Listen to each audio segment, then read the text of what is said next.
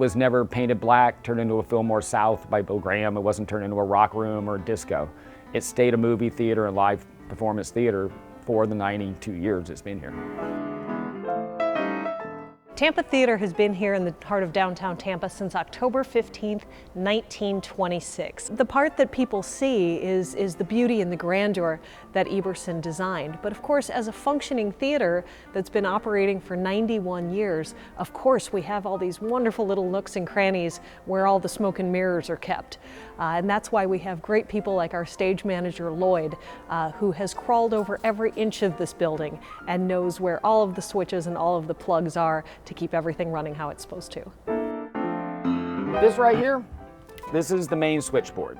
1926, Frank Adams Electric, Chicago, Illinois, John Eberson Architect, all documented here.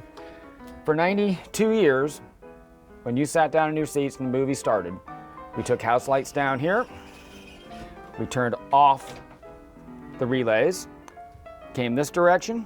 Anything else that needed to be reset for house lights would happen here. And then you would open the drape. Projectionist would open the gate on the projector and start the film. That walk back and forth happened for 92 years. Beyond its incredible architecture, beyond the fact that we still have most of our original fixtures and furniture and everything else that makes this a very authentic piece of 1920s history, there are a couple of other elements to the building that really make it special, really make it stand out, not only here in Florida, but literally in the world when compared to other historic theaters. One of those things is right behind me on the stage. Vintage 1926 wind-driven Wurlitzer pipe organ with sound effects for theater and for silent film. All right, standby organ, standby lights, ready and go.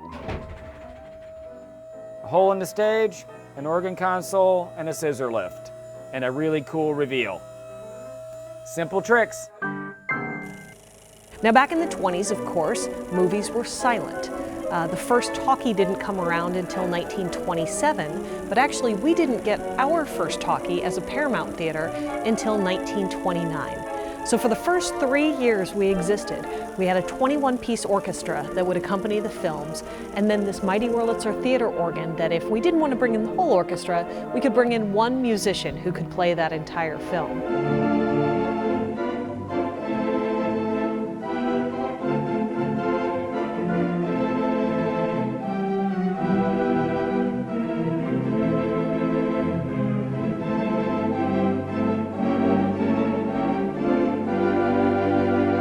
So we total about 1,400 organ pipes right now, and they're actually concealed behind the walls.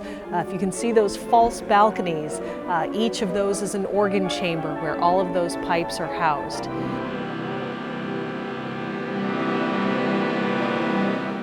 Getting in there during the piece, finding the pipe that's sounding uncontrollably, capping it, and making sure the organist doesn't have to play around that one note.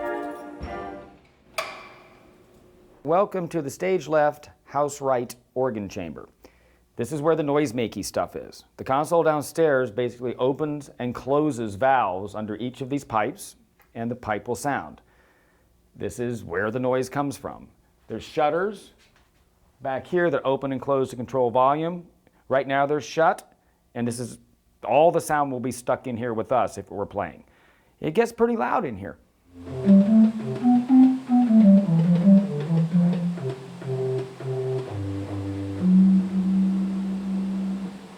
There's a lot of places things are hard to get to. In this chamber, we've got flute pipes, reed pipes, and some metal, wood flute and metal flute pipes, different timbers, different pitches. This is a flute pipe. And we have some other reed pipes here that are a bit smoother than that first one. And let's find a metal flute pipe.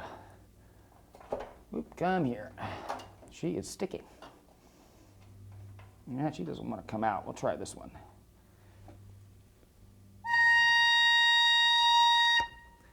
We also have effects. And these are all triggered off of the Wurlitzer console.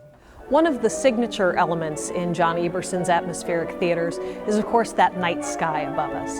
So when you come see a movie at Tampa Theatre, it really feels like you're sitting outdoors in a Mediterranean courtyard with twinkling stars overhead. People ask us all the time, how do you change the light bulbs? How in the world do you get up to those stars when one of them burns out? And the genius of John Eberson's design really shines when you see that he built above the night sky a series of catwalks and a workspace, basically. So instead of having to haul out the ladder that will get us all the way up to the sky, you can actually get up on top of the ceiling and replace those light bulbs from up above. Something you don't do in the summertime because it's in the attic. Heading for the attic. We are now above our 99 star field in the audience ceiling. Each one of these stars is actually a light bulb over a hole in the ceiling. And the star goes there. And now we have added another point of light in Tampa Theatre's ceiling.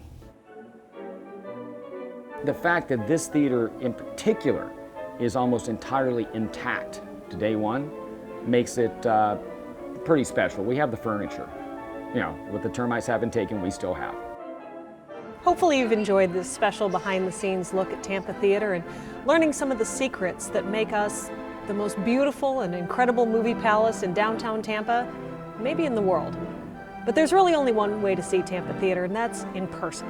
So check out our website at tampatheatre.org for a full list of first-run films, classic movies, live shows, all kinds of special events, and we'll hope to see you here soon.